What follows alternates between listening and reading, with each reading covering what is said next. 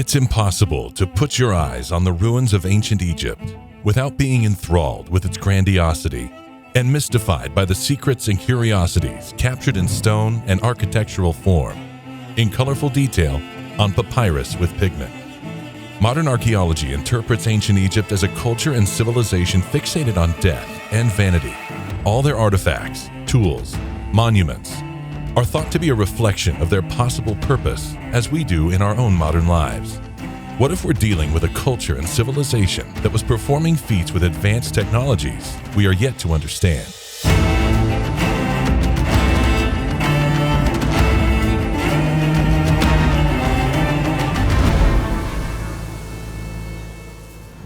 James Ernest Brown is the author of a trilogy of books that challenges the historical interpretation of ancient Egypt at its core.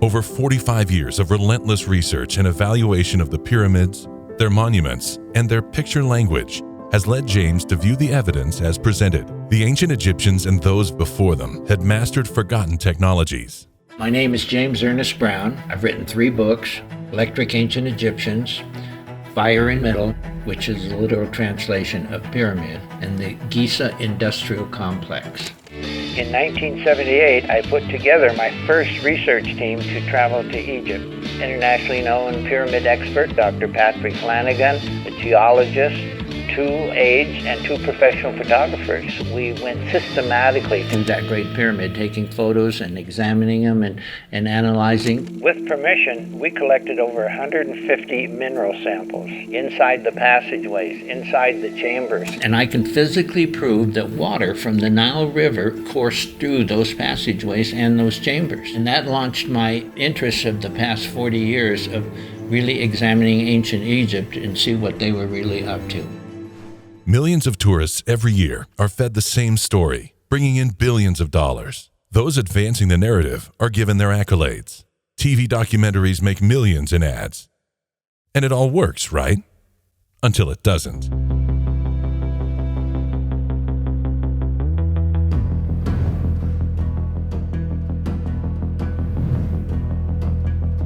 The Great Pyramid of Giza, the finest and fairest of all the pyramids, towering over the desert at 455 feet tall. It is composed of 2.3 million limestone blocks, weighing between 2 to 4 tons. Granite stones making up the interior chambers and structure, weighing 25 to 80 tons. Now, it sits as if it was suspended in the desert, against the backdrop of one of the world's largest cities, Cairo, Egypt, stripped bare and jagged. But it's important to remember it as it was. The exterior of the Great Pyramid was once cased with 144,000 polished, fine white limestone casing pieces, shining for miles in the desert sun. It is also missing its capstone, which has never been found. Most importantly, a branch of the Nile once ran directly in front of the Great Pyramid, flowing at the paws of the Sphinx and submerging the lower temples of all 3 major pyramids in Giza. These lower temples that Egyptologists say bodies were prepared in were once filled with water, now even further away when Russia built the dam at Aswan in the 1960s. Inside the pyramid, the guardrails, walking boards, steps, and staircases to assist visiting tourists did not exist. All of the attempts to clean the walls of mineral incrustations and walls marred with deep black stains had not been performed. This entrance to the Great Pyramid that millions of people have entered since it was forcibly created by treasure hunter Al-Mamun around 820 AD was not there. In luck of all luck, he picked the perfect starting point to intersect the descending passageway. To his team's dismay, large granite blocks prevented entrance to the upper chambers of the pyramid. Sensing more was ahead, through force, they chipped their way around these blockades to the ascending passageway and the upper chambers. To greater disappointment, there was no treasure to be found. No gold, no bodies. The only true entrance to the Great Pyramid remained concealed. Why? Because it was only designed to open from the inside, with force behind it, a pivoting stone weighing several tons. The entrance opens to the descending passageway at a 26-degree angle, the same as the passageways in all known Egyptian pyramids. The descending passageway contains a 345-foot drop that exits to the grotto subterranean chamber after being intersected by the ascending passage. Its surface is rough, unfinished, and encrusted with minerals as if water at one time passed through it. Imagine traveling down this with no cleats and walking boards. Seems like the slide into darkness no one asked for. When entering the grotto, it's hard not to notice it is completely unfinished and a large cavernous area below the pyramid. Egyptologists will say this was an unfinished chamber with not much to look at, right?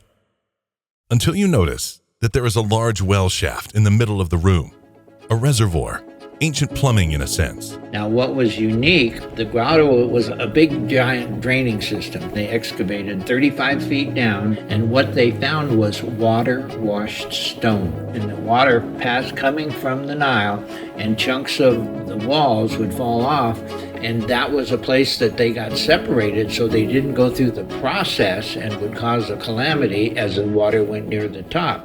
Let's go back up the descending passage, where we find a roughly carved, narrow, vertical shaft called the escape hatch. This would have been the only designed access to the upper chambers, as the ascending and descending passage are only connected by Al-Mamun's forced entrance around the granite plugs. Seems like a daunting task to drag a pharaoh, his queen, and all their riches up it, wouldn't you say? The trip to the upper chambers through the ascending passage is a little more comfortable, but not by much, at 3 feet 9 inches by 3 feet 2 inches. Notice the evidence of there once being a smooth, finished surface throughout. Notice how difficult it would be to make it up this were it not for these climbing boards. This extends 129 feet, a climb that would leave most out of breath, and then left breathless once again when you first lay eyes on the Grand Gallery. The Grand Gallery is composed of giant overlapping granite stones that create a corbelled ceiling. Its construction is enough to boggle the mind, but its grandiosity is undeniable. The trek up would be arduous without walking boards.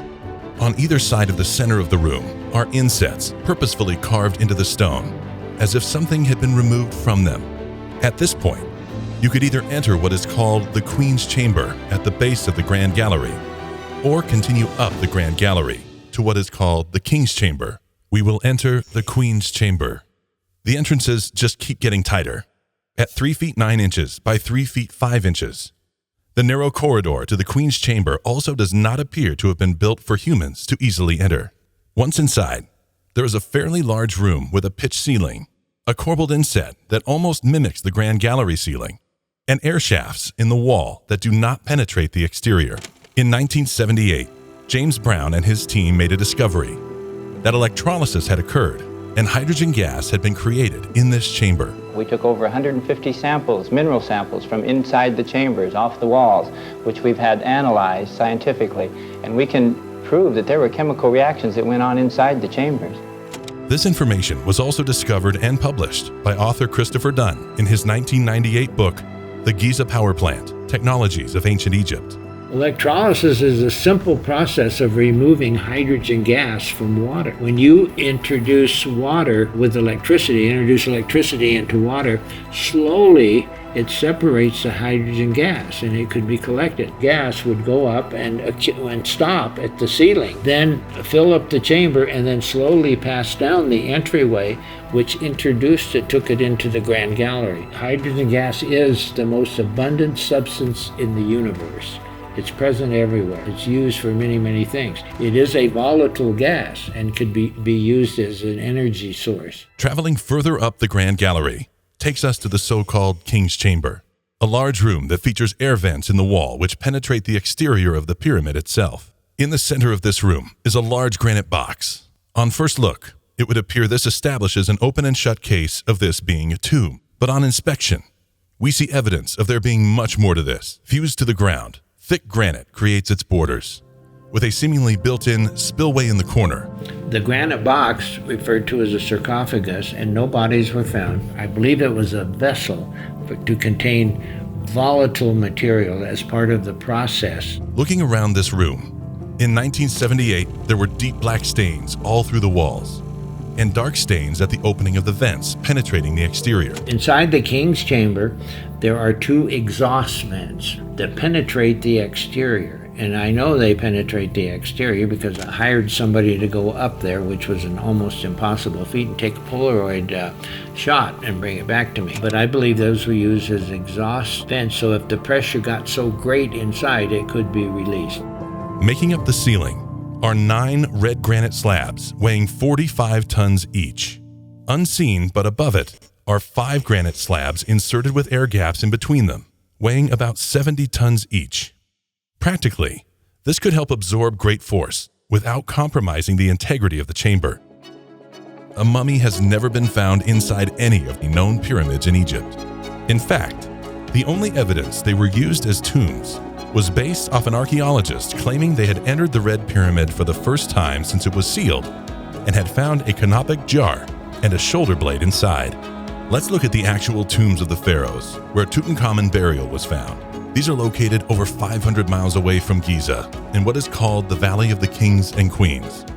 A more appropriate title, given they actually have found the bodies of the kings and queens in these mountains. If you were to hide a body and its treasures, would it not be in secluded hills, kept secret from the general population, instead of in the largest structure known to man for thousands of years? Inside these tombs are beautiful carvings, painted walls, perfect conditions to store treasures, and bodies that would survive millennia somewhat intact. The ancient Egyptians adorned their temples and the burial places of their dead with beauty and gold. Why then do the pyramids look so clinical, so utilitarian, so much like factories, or at least areas of extremely specific and unique purpose with no frills? The pyramids were not used as tombs. At this point, it is far crazier to say they were than to consider the ancient Egyptians, or perhaps someone even before them, achieve feats driven by purpose to pursue technologies lost to time. So if they weren't tombs, what were they? I believe the Great Pyramid was a closed-cycle chemical laser.